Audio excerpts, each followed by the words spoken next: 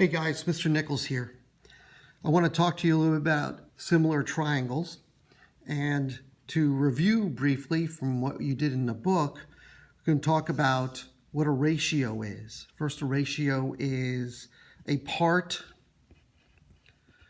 over the whole. If you had one dice called a die and you said there's 6 sides to it, that's the whole. And if you said, what's the probability of rolling a 1, you put the 1 over 6, and that's like 16% if you want to divide them out.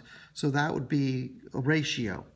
A probability is 2 ratios that equal each other.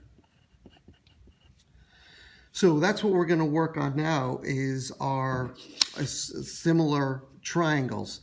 Now we know congruent, this is a sign for congruency, all right? Similar is just one of those squiggly lines. With proportions, something we need to know is how to cross multiply. So if we have a fraction here, one ratio is 5 over 10, and that equals x over 2. Well, I'm sure you guys can look at that and see that 5 is half of 10. And what's the number for x here? It'll probably be a 1. But we're going to do the cross multiplication for it right now. And we're going to say we have 2 times 5 is 10 equals 10x. Of course, we can have 10x equals 10. It doesn't matter. And we divide both sides by 10, both sides by 10. So x equals 1. All right? There's another way to do this too that we have, it's called the fish method.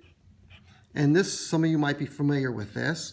We want to finish at x. So we are going to swing it around just like that. All right? Go to x.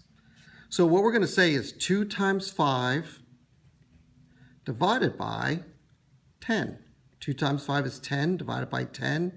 X equals 1. We can write it out and say 2 times 5 divided by 10 equals x. That's what we're doing. 2 times 5 divided by 10 equals x. 2 times 5 is 10. 10 over 10. X equals 1. All right. So that's our proportion. We had some problems with that in our book. So I'd like for you to go back and do those if you haven't done them yet and submit those in so I can give you credit for them. Some of you did them, but you didn't do them right. So I really want you to go back and do them. Let's say we have 2 similar triangles right here. All right, we know they're similar because I said so. If this side's 6, this side's 8, this side's 10, and we know that side, what is x? Well, there's a couple things we can look at here. And in our PACE, we learned that we're looking at proportions and how to put them together.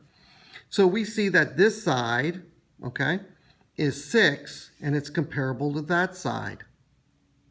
So as long as we have consistency, we can put 6 over 3, and that should be equal to, since 6 is on top, 10 has to be on top, and we have x. All right, so now we just do we could do the fish method, going around, so 10 times 3 divided by 6, 30 divided by 6 is 5, or we can do the cross multiplication. 30 is equal to 6x. So yes, x equals 5. So now we took this one and this one, and this to this. Well, let's say we're going to try to find out what is y here. Let's do that a little differently. So y is comparable to 8. 6 is comparable to 3. Let's say we do 6 over 8. 6 over 8. And that is going to be equal to 3 over y. We were consistent. This side and this side is on top. This side and this side is on the bottom. So let's multiply that out. 6y equals 24.